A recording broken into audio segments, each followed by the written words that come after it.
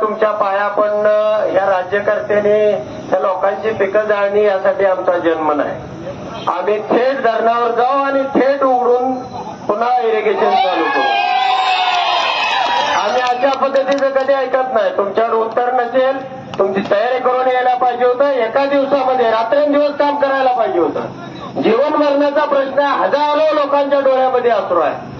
प्यायला पाणी नाही आणि तुमच्याकडे आकडेवारी नाही आणि जिल्हा सल्लागार कालवा सल्लागारची मिटिंग घेणार आणि मग तुम्ही पाण्याचा निर्णय करणार.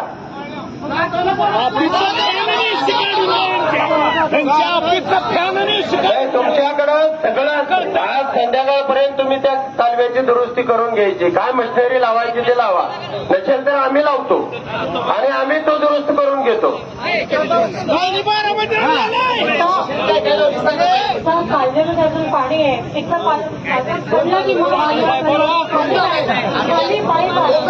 आहे, नाही